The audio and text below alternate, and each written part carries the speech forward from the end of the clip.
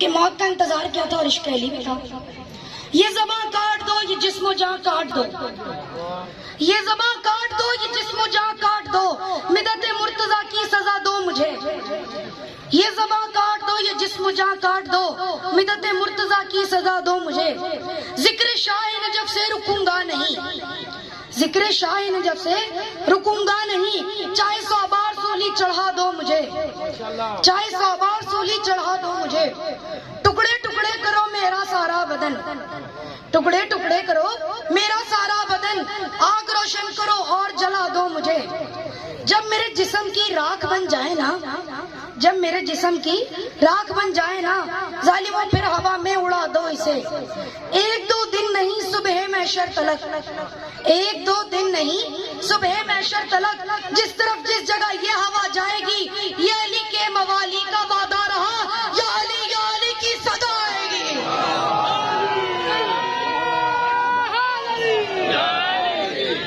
آواز بلند تر سلام۔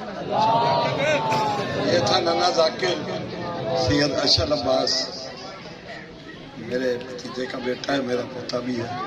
میں جسے آپ خطاب کر رہا تھا، دیکھ لو یہ کیا ہوتا ہے غم حسین میں، کہ بڑوں بڑوں کو کوئی بات نہیں یاد رہتی، بچوں کو یاد ہے۔ میرے ساتھ 3 نعرے لگائیے، لیکن یاد رکھو میں نے کل بھی کہا تھا، یہ نعرہ تکبیر، نعرہ رسالت اور نعرہ حیدری جب سے لگانا چھوڑ دیا ہم نے، اس سے دشمن ہمارے اوپر غالب ہو گئے۔ میدان میں یہی نعرے لگتے تھے تو فتح ملتی تھی، اور اب ہم شکست کیوں ہے، شکست پہ شکست کہ ہمارے اندر جذبہ ہی ختم ہو گیا۔ لہذا میں نعرے لگواؤں گا اور آپ میرے ساتھ جواب دیں، اور نعروں پر گونج میں مولانا صاحب آپ سے خطاب فرمائیں گے۔ نعرہ تکبیر، نعرہ رسالت، نعرہ حیدری، حسینیت، حسینیت، یزیدیت، یزیدیت، علامہ صاحب خطاب فرمائیں۔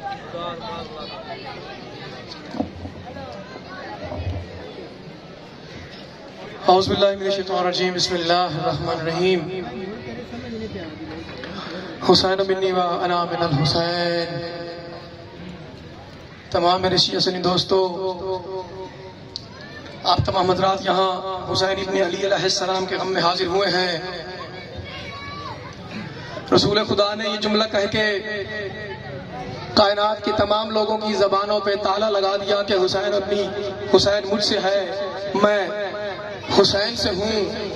آپ جتنے شیعہ سنی دوست یہاں تشریف رکھتے ہیں، میں سب کا شکر گزار ہوں کہ رسول اللہ کے بیٹے کے لیے آپ تشریف لائے ہیں۔ مجھے 2-4 آپ سے اصلاحی باتیں کرنی ہیں۔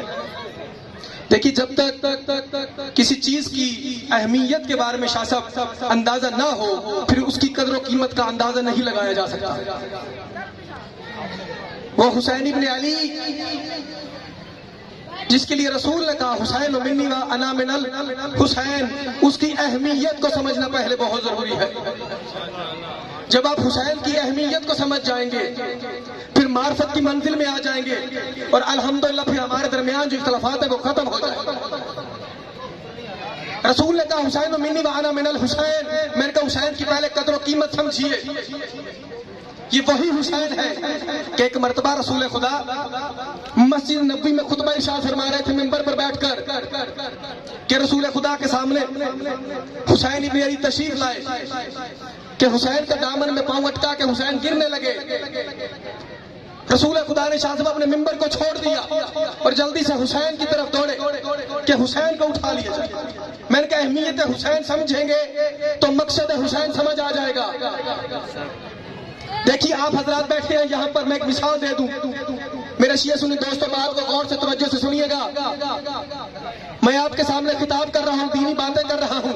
میرا کوئی بیٹا، میرا کوئی بھتیجا، میرا کوئی بھانجا چھوٹا ہو اور وہاں سے آ رہا ہو، وہ گرنے لگے، میں یہاں دین کی بات کر رہا ہوں، قرآن و حدیث کی بات کر رہا ہوں، اللہ کے دین کی بات کر رہا ہوں، شریعت محمد کی بات کر رہا ہوں، اہل بیت علیہ السلام کی بات کر رہا ہوں، صحابہ کرام رضوان اجمعین کی بات کر رہا ہوں، اور میں یہاں سے چھوڑ کے اس بچے کو اٹھانے چلا جاؤں تو کیا آپ کو یہ بات گوارا ہوگی؟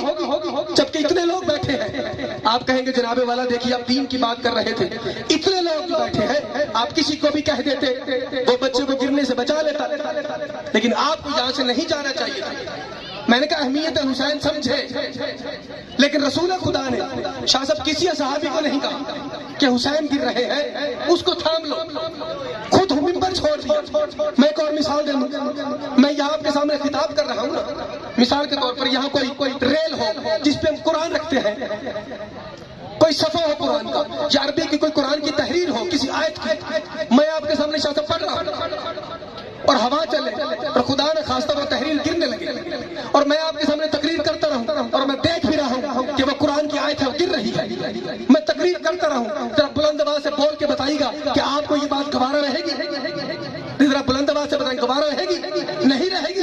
آپ کہیں گے جناب والا آپ تقریر کرنے رہ گئے، قرآن کی آیت گر گئی، اس کا مطلب ہے میرا جملہ سنیے گا، میں نے کہا اہمیت حسین سمجھے، جب ایک قرآن کی تحریر میرے سامنے گرنے لگے اور میں تقریر کرتا رہا آپ کو گوارا نہیں، تو پھر وہ حسین بن علی نعت کے قرآن گرنے لگے رسول اللہ سے گوارا ہو جائے۔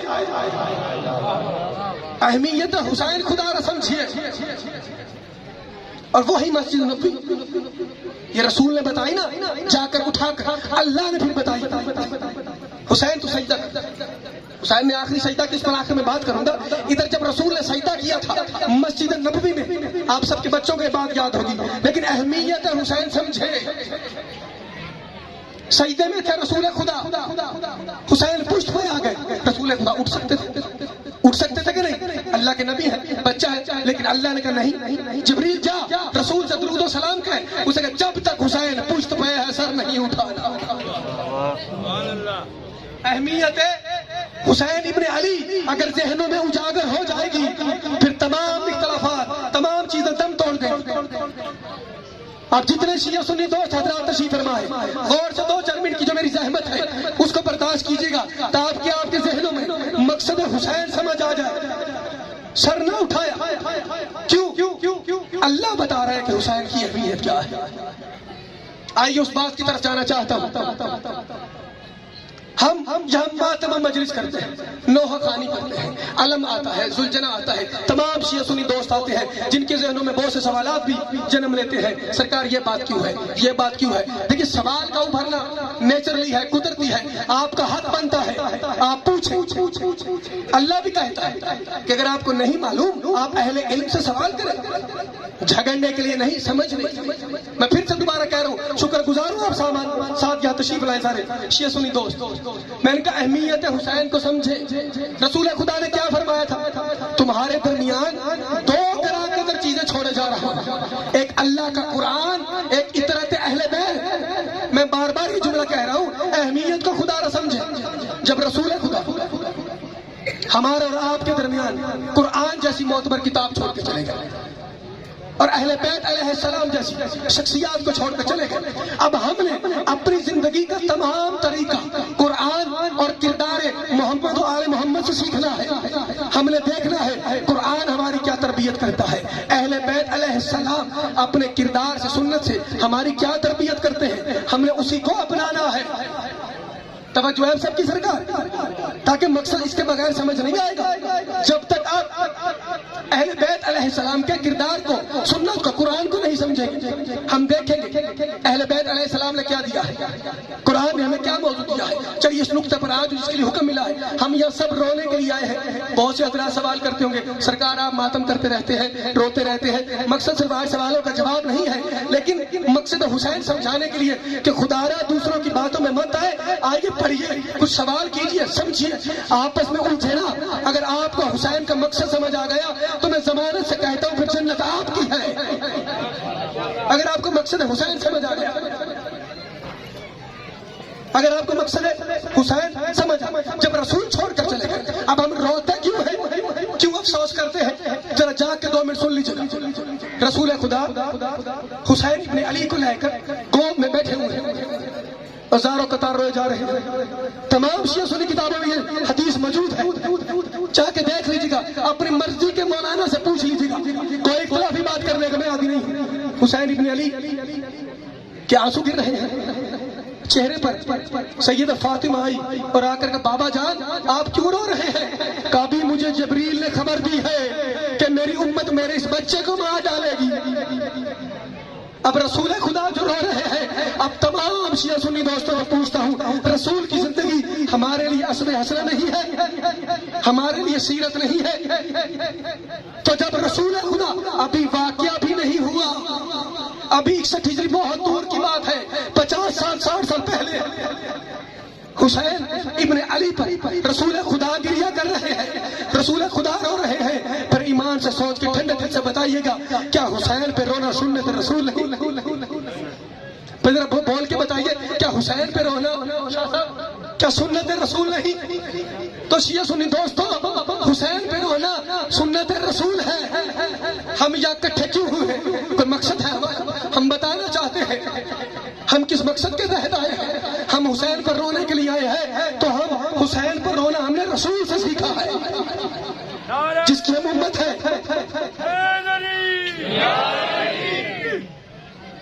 رسول حسین پر روتا رہے۔ آج ہم احتجاج تو کرتے ہیں سرکار، ایک مثال پیش کروں، دل نہ دکھے تو میرا ساتھ دیجیے گا، جتنے حضرات جا کے سن رہے ہیں، میرے شیعہ سنی دوستوں، میرے بھائیو، میری جانو، یہ جملہ سن کے جائیے۔ ابھی روز میڈیا کا دور ہے، شاہ صاحب دعا کریں گے میرے لیے جملے کے لیے، میڈیا کا دور ہے، روز دیکھتے ہیں، روز ٹیلی ویژن پر دیکھتے ہیں، کوئی کسی نہ کسی بچی کو مار دیتا ہے، کوئی کسی کو جلا دیتا ہے، کوئی گہراؤ کر کے مار دیتا ہے، کوئی کسی کی معاذ اللہ حملہ کرتا ہے۔ آپ کیا کرتے ہیں جب اپنا کوئی فرد مارا جائے بے گناہ؟ ہم اٹھاتے ہیں اس کا لاشا، روڈ پہ رکھتے ہیں، روڈ بلاک کر دیتے ہیں۔ کیا ہمارے ساتھ ظلم؟ ہمیں انصاف چاہیے، کیا ایسا نہیں ہوتا؟ ذرا بول کے بتائیے، کیا نہیں ایسا روز ہوتا؟ روز آپ ٹیلی ویژن دیکھتے ہیں، روز آپ دیکھتے ہیں، معلوم ہوتا ہے فلاں کے ساتھ زیادتی ہو گئی ہے۔ ہم بینر بھی بناتے ہیں، احتجاج کے لیے نعرے بھی لگاتے ہیں، اور جو حکومت ہو، حکومت کے وقت کے خلاف نعرے بھی لگاتے ہیں کہ ہمیں انصاف چاہیے، ہمارا بے گناہ بچہ مارا گیا یا ہمارا بے گناہ بچی ماری گئی۔ تو میں آپ اپنے گریبان میں گھر جا کے یا نہیں منہ ڈال کے سوچیے گا، اس بات پہ غور و فکر کیجیے گا، کیا آپ کا بچہ حسین کے بچے سے زیادہ قیمتی ہے؟ میں تمام سے پوچھنا چاہتا ہوں، آپ حسین ابن علی کے لیے تو احتجاج کے لیے نہیں نکلتے گھروں سے، معذرت کے ساتھ آپ کو اپنا کوئی مر جائے روڈ پہ رکھ کے روک لیتے ہیں کہ ہم احتجاج کے لیے نکلے ہیں۔ بتائیے ایمان سے، میں تمام سنی شیعہ سے پوچھتا ہوں، پھر روز محشر رسول خدا کو کیا منہ دکھائیں گے؟ رسول خدا پوچھ رہے کہ تیرے بچے کے ساتھ زیادتی ہوئی، تو نے روڈ بھی بند کر دیا، بینر بھی لگا دیے، گاڑیوں کو آگ بھی لگا دی، گہراؤ بھی کر دیا، اور میرے بچے کو کربلا کے میدان میں بے جرم مارا گیا، تو ایک جملہ نہ بول سکا، تو باہر نکل کے بات نہ کر سکا۔ تو میرے شیعہ سنی دوستو، حسین پر رونا سنت رسول ہے، اور سب اتنا ہی نہیں، آپ کو یاد ہوگا میرے دوستو، امیر حمزہ کے لاشے پہ کیا ہوا؟ امیر حمزہ کے لاشے پہ کیا ہوا؟ شہید کر دیے گئے، کلیجہ تک چبا لیا گیا۔ جب گھر لاش آئی، اس جنگ میں دوسرے مسلمان بھی شہید ہوئے، لیکن جب گھر میں لائے، رسول خدا نے ایک جملہ بولا، وہ جملہ صحابہ اکرام رضوان اجمعین کے کانوں پر گیا۔ رسول خدا کہہ رہے تھے آج ہر کوئی اپنے شہید ہونے پر رو رہا ہے، میرے چچا پر رونے والا کوئی نہیں۔ یہ جملہ سن کر سارے صاحب گھروں کو دوڑے، کہا دیکھو اپنوں کی لاشوں کو بعد میں رونا، وہ رسول کا چچا، رسول کی زبان سے یہ جملہ نکلا ہے۔ تمام عورتیں مرد نکل کر جائیے، کتابوں کی زمانے سے بات کرنے کا عادی ہوں، جا کے دیکھ لیجیے گا، اپنے مرضی کے مولانا سے پوچھیے گا کیا میں جو لڑکا پڑھ کے جا رہا ہوں کیا غلط یا صحیح، اس کے سر پہ قرآن رکھے، اسے کہتے ہیں یہ بات ہے یا نہیں۔ رسول خدا نے یہ جملہ کہا، تمام صحابہ اکرام رضوان اجمعین نے اپنی عورتوں کو ساتھ لیا، خود آئے۔ رسول خدا نے کہا یہ گھر کے باہر شور کس چیز کا ہے؟ یہ ماتم کی آوازیں ہیں، یہ نوحے کی آوازیں کس کی ہیں؟ رسول خدا باہر آئے، آ کر دیکھا تمام عورتیں صحابہ اکرام کی بیویاں رو رہی ہیں، اور ہائے حمزہ کی پکار ہے۔ رسول خدا نے دونوں ہاتھ اٹھائے، کہ دیکھو میرے چچا پہ رونے والیوں، میں تم سے راضی ہو گیا، میں تمہاری اولاد سے بھی راضی ہو گیا۔ اس کا مطلب ہے شہید پر گریہ کرنا، شہید پر جو روتا ہے رسول خدا اس کو دعا دیتے ہیں۔ تو گریہ کرنا، اور بہت سی مثالیں پیش کی جاتی ہیں جو تاریخ میں گزری ہیں۔ اویس کرنی کا واقعہ آپ کے بچوں کو بھی یاد ہے، الفت ہے، محبت ہے، محبت کا تقاضا ہے جس سے محبت کی جائے، پھر معلوم ہو کہ اس کے دکھ میں دکھ منایا جائے، اس کے غم میں غم منایا جائے، اس کی خوشی میں خوشی کی جائے۔ یہی جنگ احد تھی جس میں رسول خدا زخمی ہوئے۔ بتائیے وہ صحابی نے کیا کیا؟ آپ کے بچوں کو باتیں یاد ہے، صرف دہرائی جا رہی ہیں۔ رشیے سنی دوستو، اپنے دانتوں کو زخمی کر دیا، کس کے لیے؟ رسول خدا کی محبت۔ اس کا مطلب مصیبت میں اپنا خون بہانا یا اپنے منہ پر تماچا لگانا یا رونا محبت میں یہ جائز ہے۔ اختلافی باتیں مت سوچیے کسی کی۔ آپ رسول خدا کو کیا جواب دیں گے روز معاشر؟ بس اس منزل کے قریب ہوں، دو چار باتیں کرنا چاہوں گا۔ رونا ہے، رونے کی کافی دلیلیں دے چکا۔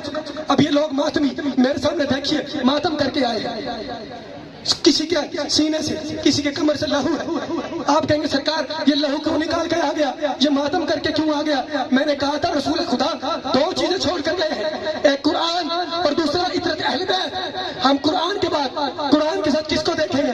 اطرت اہل بیت کو دیکھیں گے کہ پوری زندگی انہوں نے کس طرح گزاری ہے۔ ہمارے لیے وہ اسوہ حسنہ ہوگا، ہم اس پر عمل کریں گے۔ ہمیں معلوم ہو جائے کربلا کے واقعے میں کیا ہوا، کربلا کا واقعہ ہو گیا، سامنے ہو گیا۔ میں نے کہا یہ لہو نکال کر آئے حسین کے لیے۔ دو دلیل پیش کر کے منزل کی جانب جاؤں گا، بس بہت مختصر میں بات ختم کرنے پیش آ سکتا۔ سیدہ زینب سلام اللہ اہل بیت سے ہے نا، رسول خدا نے فرمایا ہے تمہارے درمیان اہل بیت اور قرآن چھوڑ کے جا رہا ہوں، تو کیا میں اہل بیت کی سیرت نہیں دیکھوں گا؟ کیا میں اہل بیت کے شاست عمل نہیں دیکھوں گا؟ جب حسین ابن علی کا سر نو کے نیزوں پر تھا، سیدہ زینب نے دیکھ کر کہا بھیا میں مر جاتی، میں یہ دن نہ دیکھتی، میں مر جاتی، میں یہ دن نہ دیکھتی۔ میرے شیعہ سنی دوستو، ایسا حسین کا غم کیا کہ سیدہ زینب نے خاتون ہو کے اپنی پیشانی کو محمل کی چوب پہ مارا کہ سر سے خون جاری ہو گیا۔ اور سننا رکھا ہوگا آپ نے میرے شیعہ سنی دوستو کہ امام سجاد علیہ السلام جن کے سامنے کربلا کا واقعہ ہوا ہے، دیکھیے جتنے غیرت مند بیٹھے ہیں یا کھڑے ہیں، مجھے بتائیے دل پہ پتھر نہیں، ہاتھ رکھ کے جس کے دل میں پتھر ہے اس کے میزان میں نہیں، غیرت مند سے میری بات ہے۔ الحمدللہ سارے غیرت مند ہیں، یہ سوچ کے بتائیے اگر آپ کے سامنے آپ کی ماں کو یہاں بازار میں لا کے مارا جائے، آپ گوارا کر لیں گے؟ بول کے بتائیں، گوارا کر لیں گے؟ خدا کی قسم کوئی غیرت مند یہ گوارا نہیں کرے گا، کوئی غیرت مند یہ گوارا نہیں کرے گا۔